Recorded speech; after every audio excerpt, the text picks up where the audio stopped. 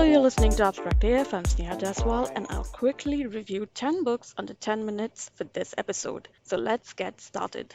Girl A by Abigail Dean. A crime fiction of sorts, Girl A follows the story of Lex, a lawyer who, along with her siblings, inherits a house they were abused in by their parents. This after their mother dies in prison. Each chapter is divided into the stories of how each sibling coped with their childhood trauma after finally being rescued, all because Lex, known as Girl A, had the courage to escape. This is an entertaining book for crime fans, but there's very little suspense in the book because the author mostly focuses on the mental health repercussions of childhood trauma. My only problem with the book was that it was eerily similar to a real life case. A California couple called the Turpins were sentenced to life in prison for torturing their children. They had isolated them, starved them, thrashed and chained them. It's the same case in Girl A too. Abigail Dean doesn't dwell too much upon how each character suffered, and also she's quite cryptic about a lot of situations. The content soon begins to feel repetitive, and the way in which the characters talk feels unrealistic and annoying. The climax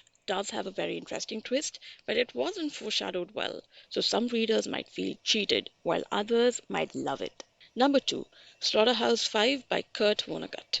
This is the graphic novel version we are talking about, and if you're a fan of the novel, you must check out this. It is a pretty great comic book adaptation. Semi-autobiographical in nature, Vonnegut's tale shows readers different kinds of men in action during World War II, from the maddeningly cruel ones to the ones with more heart, those who'd look out for their comrades. There's a lot of violence and death in the book, and each mention of death is followed by the phrase, "and so it goes," a signature statement from the novel.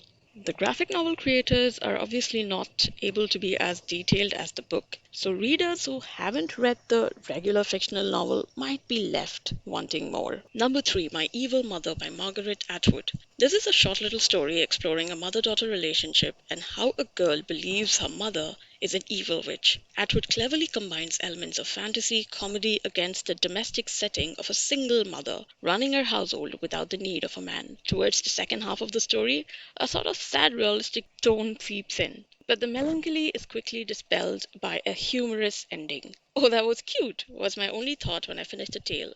Definitely read it if you're an Atwood fan. Number 4, Kim-Jiyoung, born 1982 by Cho Nam-Joo. This novel starts off strong with an intriguing plot that makes one wonder what the hell is going on with the protagonist. The author then begins to explore the root of the problem by going back in time, giving readers glimpses of different ages and phases of Jeong's life. Too soon, the pace slows down. The book begins to read like the author found a research article with some statistics related to gender discrimination in Korea and decided to weave a story around it. I'm not sure if things were lost in translation, but the storytelling is awkward and dry in large parts. That said, the author does do a great job in demonstrating how women are treated like second-class citizens in South Korea, and women around the world will be able to relate to most of the incidents in the book, or at least some of the other ones. From blatant gender discrimination to casual sexism that can really mess up with your mind. Kim-Jiyoung, born 1982, is all about a woman's world. Number 5, Cemetery Boys by Aidan Thomas. I read a lot of good things about this novel on social media. Unfortunately, it didn't turn out to be as exciting as I was expecting it to be. We have a trans boy protagonist, a sweet Latinx high school student called Radrial, who wants to be a wizard, but his family still thinks he should be a witch. While the first half of the book is a thriller of sorts, the second part shifts its focus on romance. So in the end, I felt that it neither felt like a fulfilling thriller nor a romantic book. Also, the villain is predictable and has very little character growth. Aidan Thomas sensitively captures the struggles of being a trans teen in a conservative family and weaves an interesting enough tale that is rich in Latinx culture, family values, and meaningful friendships. I just feel like if you're a horror fan, maybe you'll be disappointed with this book because it doesn't really have any spooky or scary elements. Number 6, Vannath, Painting the Khmer Rouge. This is a biographical graphic novel about Cambodian painter Vannath, one of the only 7 adults who made it out alive from the notorious security prison 21, where 20,000 Cambodians are estimated to have been tortured to death under the Khmer Rouge. Created by Matteo Mastragostino and Paolo Vincenzo Castaldi, the panels are drawn in mostly sepia tones, and Castaldi's art has a sketchbook journal-style touch to it, which gives the pages a hauntingly nostalgic tone. For an international audience that's unfamiliar with the Khmer Rouge regime, this graphic novel is a great place to begin, even though it's largely limited to just Nath's experience without much political context. Number 7. The Visit by acclaimed author Chimamanda Ngozi Adichie. This is a standalone short published under Amazon Originals. Readers are made to understand it's a fictional universe where women rule the world and men look after the children. While the first few pages are witty, intriguing, and fun, the novelty of this alternate world wears off quickly. So, despite being less than 30 pages, the short story gets stale. It's literally just an average story where all the expectations, responsibilities, moral codes that are usually piled on women are instead imposed on men. I think maybe a lot of male readers would find this to be a very interesting perspective. It could be even eye-opening for some of them.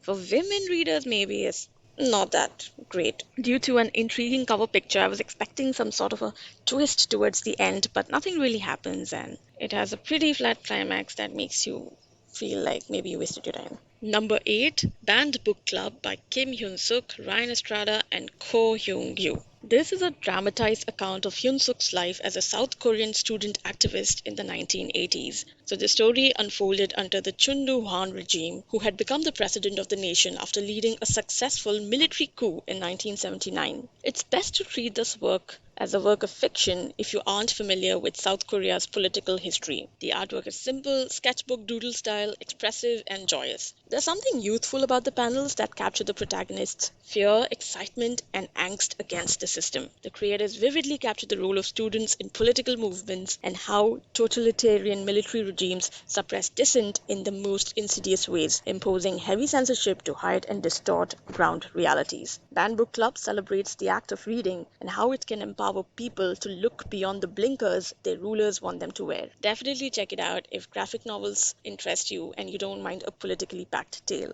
Number 9, The Spire by Salmon Spurrier and Andre May. This is the kind of standalone graphic novel that fantasy fiction fans with a taste of violence would enjoy reading. Set in a fictional universe with bizarre creatures, warring clans, racial tensions, the creators throw around so much jargon and new terms that there's no way one can process all of it in one sitting. The primary protagonist is the gender-fluid Shah, who is in charge of investigating a series of gruesome, inexplainable murders and attacks on the royal family. The artwork and coloring is very striking, with constant change in hues, making each page markedly different from the other. A lot of the panels have a very dystopian, steampunk touch to them, while there are a few pages that look straight out of a Star Wars fiction comic. The storytelling, on the other hand, felt chaotic and it was hard to keep track of who is who. The Spire could have been a little longer to give the characters more space and have a more stable climax, instead of the very rushed one that we get in the book. Now to the last book, number 10, Cloud Hotel by Julian Hanshaw. Despite being a graphic novel, it took me a lot of days to finish this book. It's about a little boy called Remco who gets abducted in the woods by unknown entities and ends up in a floating hotel where there are other kids who had met the same fate. Strangely, Remco loves the New York place and manages to escape from it, but yet keeps visiting it even after reuniting with his family. Look, if I'm not making any sense, I'm sorry, because the book made very little sense to me. The artwork, on the other hand, is quite interesting. At the same time, it also feels very depressing, so it's just not a book that was meant for me, and I wouldn't be recommending it to anybody. Well, that's all. Those were the 10 books reviewed under 10 minutes. Talk to you the next time.